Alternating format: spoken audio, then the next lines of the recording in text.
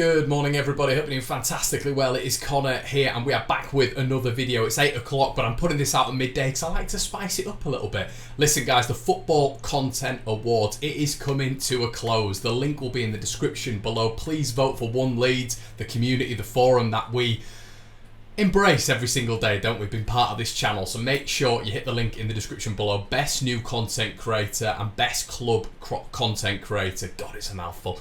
Check it out if you wouldn't mind doing so. That'd be absolutely fantastic. Fancy checking out the Patreon account as well, guys. We're going to start uploading a lot of opposition previews on there with top writers in the industry. We've got Paul coming on from the Liverpool Echo. He does the Blood Red podcast as well, so that might interest you. Go check that out. That'll be in the link in the description below as well. If you fancy hearing me talking waffle for 40 minutes about Leeds United, the Blue, White and Yellow podcast is available for this week. Go check it out in the section below. So let's go. Liverpool, massive game coming up. Huge game for Leeds United. What I don't want Leeds fans to do is melt down if we lose, because guess what, guys? They are an elite team, a top 4 team. So listen, are we going to go to Elland Road and beat Liverpool? The likelihood is no. That is just how it is. But do I live in hope with Marcelo Bielsa? Of course I do. We have the edge with Marcelo Bielsa. We go into every single fixture thinking that we can win it, and that's just the edge that we have. You know, we're not just a regular club in the Premier League who's happy with that lower ebb of positions and all this sort of stuff and going into these games and expecting defeat, but then we've got 3 or 4 or 5 games afterwards which are favourable. You just never know with Leeds United, and that is the enigma of a Marcelo Bielsa side. Jurgen Klopp will not be looking forward to this. Pep Guardiola doesn't look forward to playing Leeds. Ole Gunnar Solskjaer probably does look forward to playing Leeds. But listen, we are that team, that anomaly. So it's going to be very interesting. The Brazilian factor is huge. Who's it going to affect more, Leeds United or Liverpool? Liverpool will be without Alisson and Fabinho. Bobby Firmino is already injured. Harvey Elliott is a doubt apparently, but we'll have to wait and see on that one. There's conflicting reports on Harvey Elliott. Looks like a real talent, he does, so he's going to be a bit of a problem. Looks like he's been given a free role in this Liverpool side, which is also another big problem when you're in a man-for-man system. Intelligent work from Klopp. Will we see that again on Sunday? I don't know. But yeah, from a Leeds United perspective, what's going to happen? Is he going to start Dan James? Is he going to start Somerville? I don't think so. I think it's just going to be a shift shape, and Stuart Dallas is going to go right back. That's what I think. That's what I think he's genuinely right back, right midfield. That's what I genuinely think is going to happen, because I can't see him starting Crysencio or Somerville. I think, to be honest with you guys, I like Somerville. Maybe on here before I've said why not start him, but I think in a game as big as Liverpool at home, the first time we played him at home with full crowds since the 29th of February 2004, 2-2, Harry Kewell's return. Since then, it's a huge game, sold out, category A+, I think it is. I think starting someone like Crysencio Somerville in a game like that, I mean, we've not played him against Crew Alexandra for goodness sake. You know, starting him against Liverpool is going to be huge. It's a huge step up.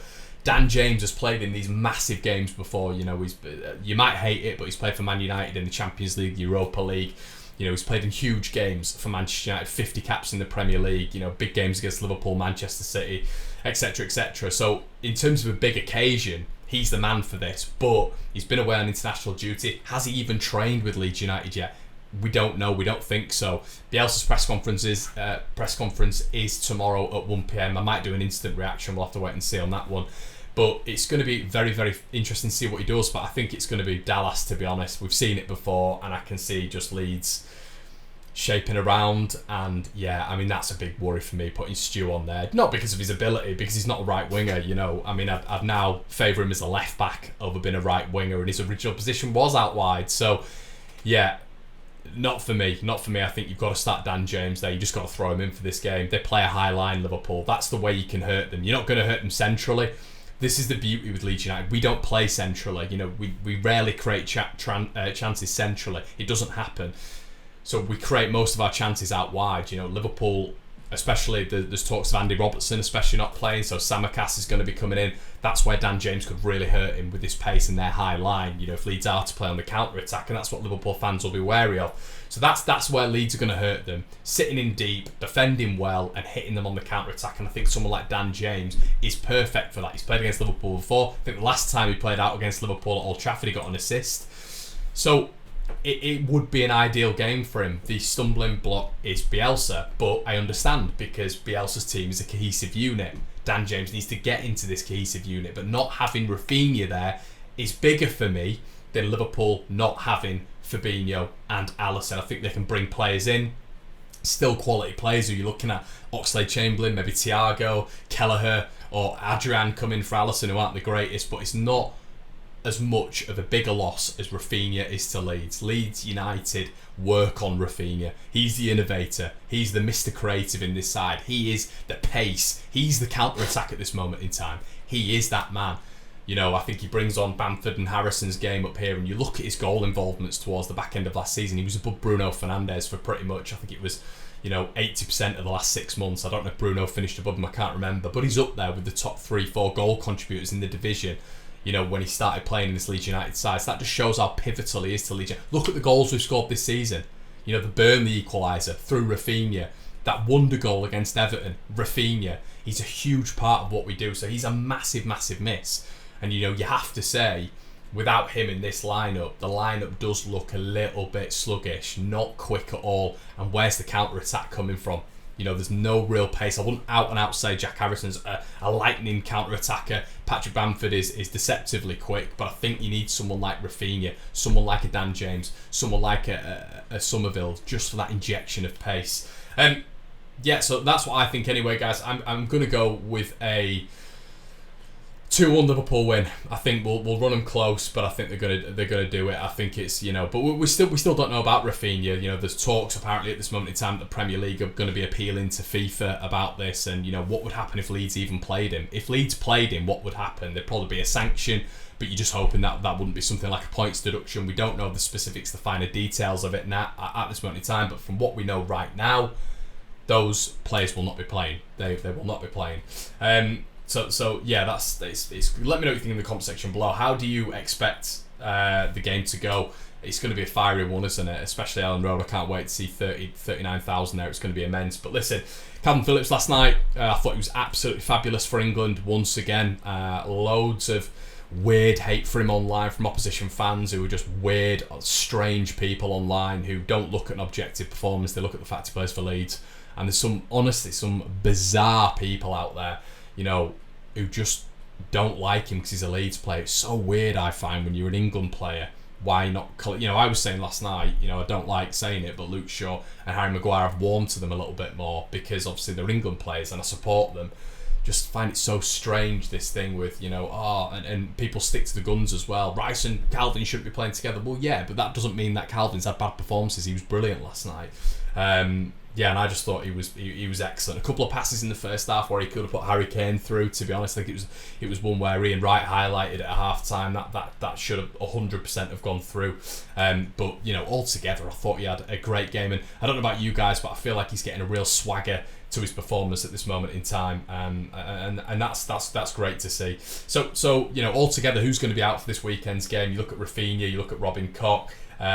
Junior Firpo, he's a big one. We don't know, is he going to be back? Is he going to be okay to feature for Leeds United in this side? I know we're jumping back to the preview here, but he had COVID.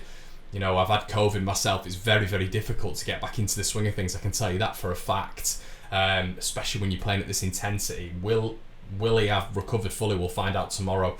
Matthias Klipp, the same thing again. Obviously, he had COVID. Will he be back? This is it. Is it going to be a threadbare Leeds United squad at the weekend?